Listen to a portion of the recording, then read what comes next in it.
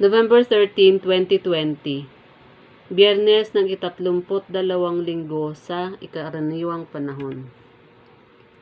Pagbasa sa ikalawang sulat ni Apostol San Juan.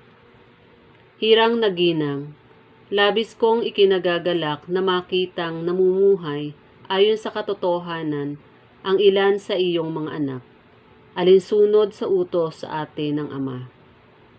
At ngayon, ginang, ako'y may hihilingin sa iyo. Hindi isang bagong utos ang isinusulat ko sa iyo, kundi ang dating utos na sa simula pa'y nasa atin na. Mag-ibigan tayong lahat. Ito ang utos na ibinigay sa inyo noon pang una. Mamuhay kayo ayon sa pag-ibig. At ito ang kahulugan ng pag-ibig na binabanggit ko. Mamuhay ayon sa mga utos ng Diyos. Sapagkat nagkalat sa sanlibutan ang mga magdaraya, mga taong hindi nagpapahayag na si Jesucristo ay naging tao. Ang gayong mga tao ay magdaraya at antikristo. Mag-ingat nga kayo upang huwag mawala ang inyong pinagpaguran, kundi lubusan ninyong kamtan ang gantimpala. Ang hindi nananatili sa turo ni Kristo, kung nagdaragdag dito, ay hindi pinananahan ng Diyos. Sino mang nananatili sa turo ni Kristo, ay pinananahan ng Ama at ng Anak. Ang salita ng Diyos. Salamat sa Diyos. Salmong tugunan. Mapalad ang sumusunod sa utos ng poong Diyos. Mapalad ang taong malinis ang pamumuhay, ayon sa utos ng poon ang gawain araw-araw. Mapalad ang sumusunod sa utos ng poong Diyos. Mapalad ang sumusunod sa kanyang kautusan, buong puso ang pagsunod sa utos na ibinigay. Mapalad ang sumusunod sa utos ng poong Diyos. Buong puso ang hangad ko na ikaw ay paglingkuran. Sa pagsunod sa utos mo, huwag mo akong pabayaan. Mapalad ang sumusunod sa utos ng poong Diyos. Ang banal mong kautusay sa puso ko iingatan, upang hindi magkasala laban sa iyo kailanman. Mapalad ang sumusunod sa utos ng poong Diyos. Itong iyong abang lingkod, O Diyos, sana'y pagpalain, upang ako ay mabuhay at ang utos mo ang sundin. Mapalad ang sumusunod sa utos ng poong Diyos.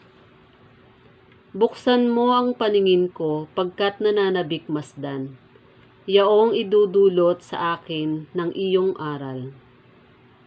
Mapalad ang sumusunod sa utos ng poong Diyos. Alleluia, alleluia. Naririto, malapit na ang kaligtasang pag-asa upang ating matamasa. Alleluia, alleluia. Ang mabuting balita ng Panginoon ayon kay San Lucas. Noong panahong iyon, sinabi ni Jesus sa kanyang mga alagad, ang pagparito ng anak ng tao ay matutulad sa kapanahunan ni Noe.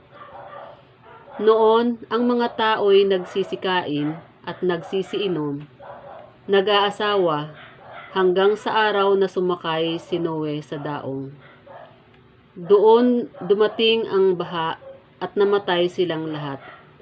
Gayon din, noong panahon ni Lot, ang mga tao'y nagsisikain at nagsisiinom, namimili at nagbibili, nagtatanim at nagtatayo ng bahay.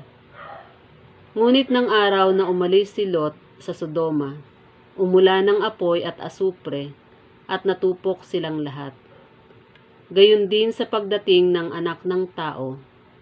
Sa araw na iyon, ang nasa bubungan ay huwag nang bumaba upang kunin ang kanyang mga ari-arian sa loob ng bahay.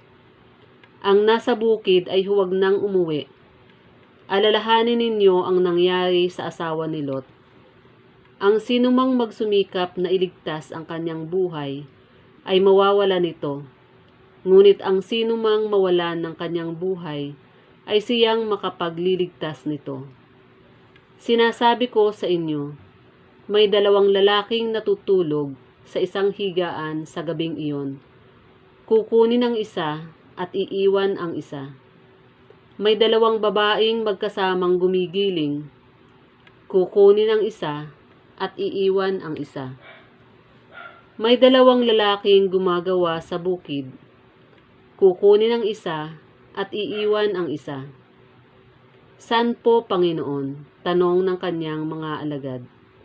Sumagot siya, kung saan naroon ang mga bangkay, doon naman nagkakatipon ang mga buwetre.